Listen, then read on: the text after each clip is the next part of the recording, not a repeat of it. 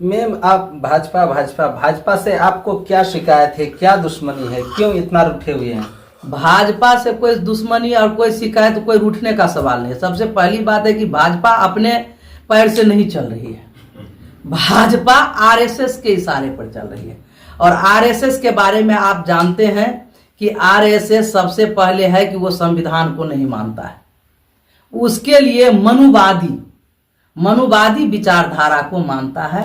और मनुवादी विचारधारा को हम लोग जानते हैं कि किस तरह से वो सबसे पहले दलित को, महादलित को, अल्पसंख्यक को, उसके लिए सिर्फ तो सिर्फ उच्च वर्ग के लोग ही इस देश में तब रह जाएंगे और कोई नहीं। तो इसीलिए ये भाजपा का सवाल नहीं, ये आरएसएस का सवाल है।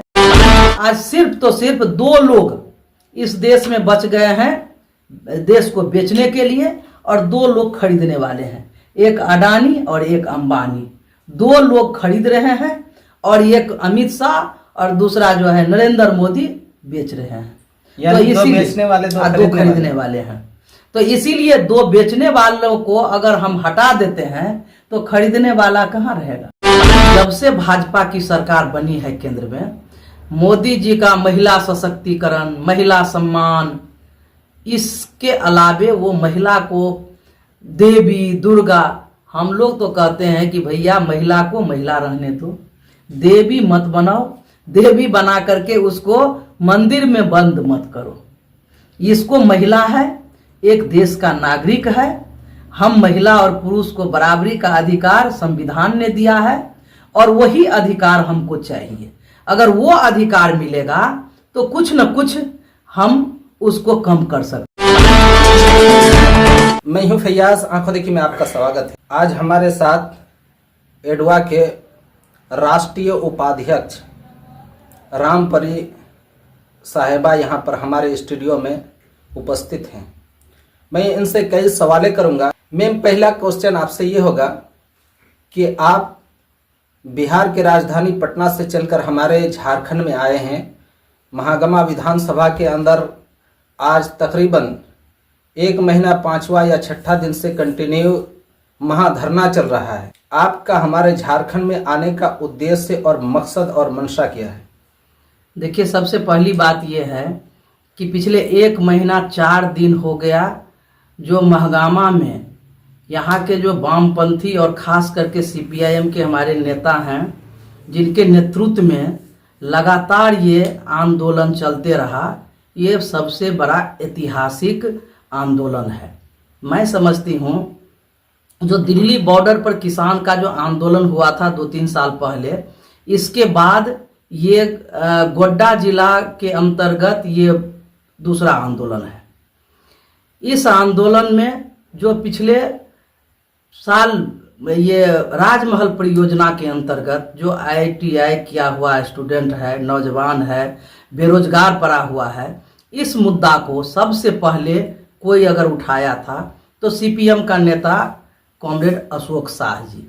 और इस सवाल को लेकर ये लगातार आवाज उठाते रहे, जिसका परिणाम हुआ कि ये 1 महीना 4 दिन के आंदोलन के उपरांत आज यहाँ का प्रशासन आश्वासन दिया है कि हम सभी 200 से अधिक जो नौजवान हैं उनको हम काम देंगे।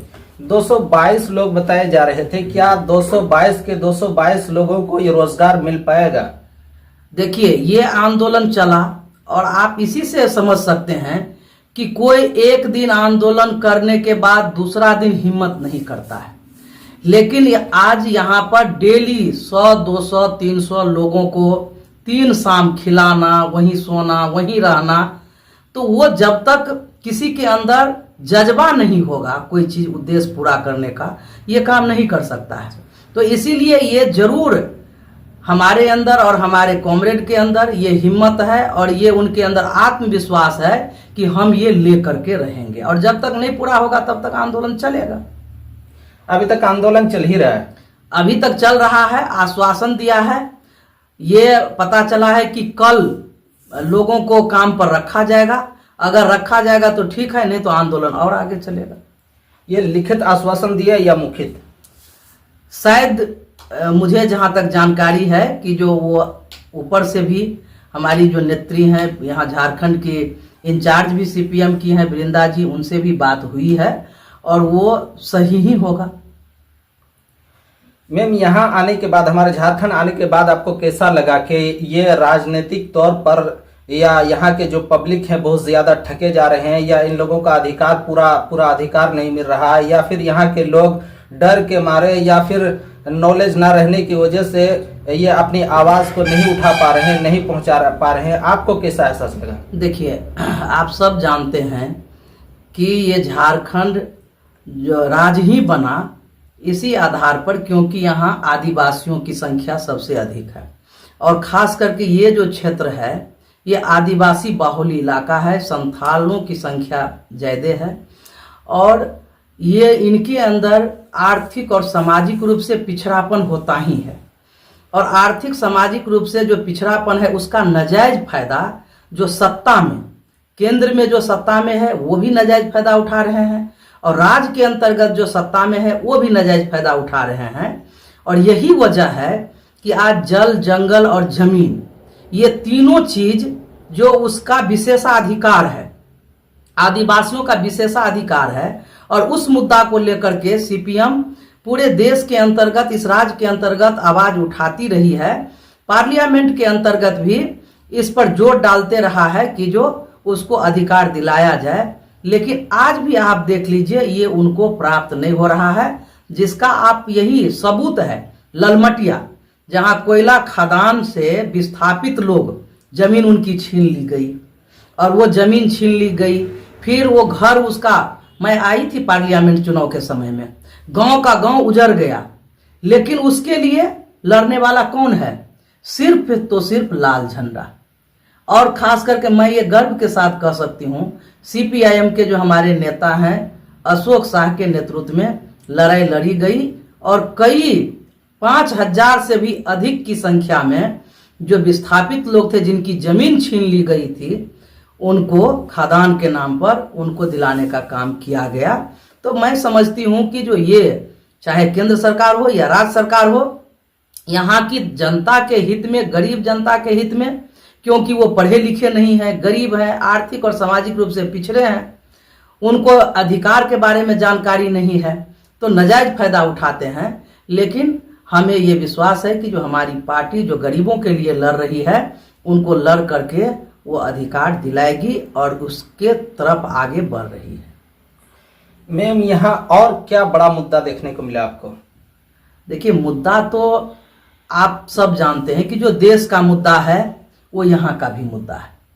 ये देश का मुद्दा, क्योंकि केंद्र में भाजपा की सरकार है, और भाजपा की सरकार का आज भी आप देखे होंगे टेलीविजन पर, जो गिरिराज सिंह है जिस तरह से भड़काऊ बात बोलते हैं, आज भी कहते हैं कि हिंदू एक हो जाओ। भाई, हिंदू कहाँ अलग हो गया है? और आज भी उनका मैं सुनी हूं कि जो बंटवारा के समय में ही गलती हो गया कि सारा मुसलमान को पाकिस्तान भेज देता, तो वो अपने हरकत से बाज नहीं आ रहे हैं, लेकिन जनता उसको सवाल को उसका जवाब दे रही है। और जवाब, इसका सही जवाब ये है कि जो 400 पार की बात ये इस बार के चुनाव में, 24 के चुनाव में कह रहे थे मोदी जी और अमित शाह, उनको जवाब मिल गया कि 240 पर ही वो अटक गए। और मुझे पूरा विश्वास है कि अभी 2 महीना के बाद झारखंड में विधानसभा का चुनाव होने वाला है, और झारखंड में जो है यहाँ उनकी कोई दाल नहीं गलेगी। भले ही बहुत लोगों को अपने तरफ वो मिलाने की कोशिश कर रहे हैं, जनता संभल गई है, समझ रही है कि वो महंगाई, अभी भी आप देखिए मोबाइल पर आ गया है, जो वो कह रहे हैं महंगाई आसमान पर पहुंचते जा रहा है। ये झारखंड उससे अलग नहीं है। अब रसोई गैस का दाम बढ़ेगा तो झारखंड में भी बढ़ेगा। आज जो है चीनी का दाम बढ़ रहा है, आपका साबुन का दाम बढ़ रहा है, तमाम चीजों की कीमतें जो बढ़ रही है, खाद्य सामग्री खास करके आप देखिए 100 से पार है दाल, 50 रुपये केजी चावल, 40 रुपये आटा।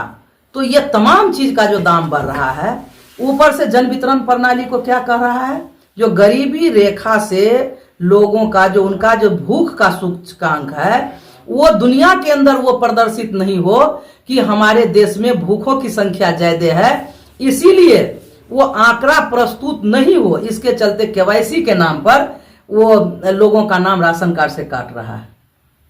ये पूरे देश में हो रहा है, झारखंड में भी हो रहा होगा। 8 साल का जो बच्चा है वो भी खाना खाता है, लेकिन उसका भी नाम काट रहा है। जो बाहर में नौकरी करते हैं उनका नाम काट रहा है। तो मैं समझती हूँ कि जो झारखंड का सवाल इस देश से अलग नहीं है, सर सिर्फ यही है कि यहाँ जो आदिवासी बाहुल्य ये है, खास करके झारखंड, और यहाँ जो खास करके भाजपा और दूसरी जो सत्ताधारी पार्टी है, जो खदाने हैं, वो आम जनता को जो फायदा पहुंचानी चाहिए वो जो है उसमें लूट का अड्डा बन गया है। जो सत्ताधारी दल के लोग हैं वो उसको लूट करके अपना कर रहे हैं, जिसका परिणाम है कि जो झारखंड का विकास नहीं हो रहा है। क्योंकि आम जनता को उसका हिस्सा मिलेगा तब झारखंड का विकास होगा, दलितों का विकास होगा, आदिवासियों का विकास होगा, उसका घर बनेगा, उनका जीवन स्तर ऊंचा होगा, उसके बच्चे पढ़ेंगे, उसके लिए हॉस्पिटल होगा, उनको नौकरी मिलेगी, तब जाकर के हम समझेंगे कि जो उनका विकास हो रहा है। तो वो अवरुद्ध है, जिसमें केंद्र सरकार का भी बहुत बड़ा योगदान है। नेशनल लेवल पर ये चल रहा है मैम कि महिलाओं पर अत्याचार और रेप का ये बहुत ज़्यादा और बहुत तेज़ी के साथ बढ़ रहा है। इसको आप किस नज़रिए से देखेंगे और क्या कहना चाहेंगे हमारे झारखंड के महिलाओं को और पूरे देश की महिलाओं को?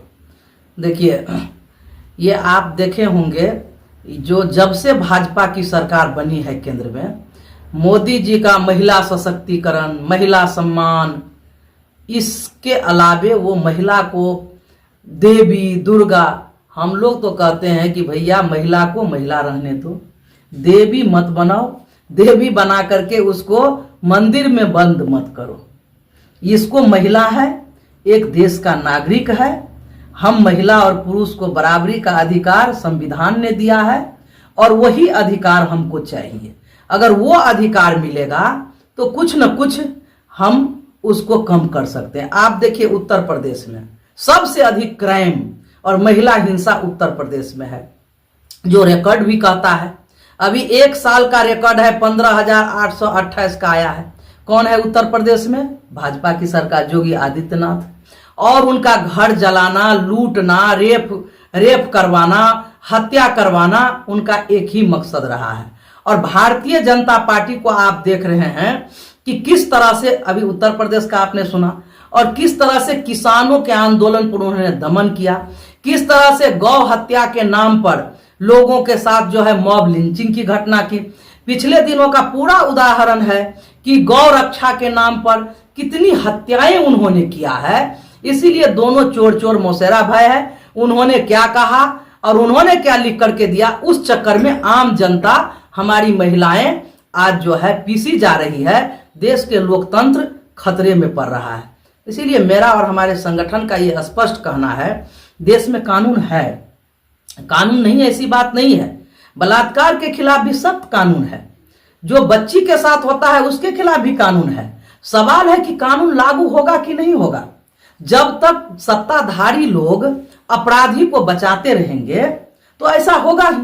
क्योंकि आप पिछला उदाहरण देखिए, तमाम अपराधी को जो है अपराध की घटना लाखों में है और मात्र 2% लोगों को सजा मिली है। जो आंकड़ा है 2% लोगों को सजा मिली है। तो इसीलिए हमारा ये स्पष्ट मानना है कि जो कानून है पहले से, उस कानून को सख्ती से लागू करने के लिए सबसे पहले जो राजनीतिक दल के लोग हैं, सत्ताधारी दल के लोग हैं, वो अपना राजनीति से ऊपर उठ करके जो गुनाहगार है उसको कड़ी से कड़ी सजा दे।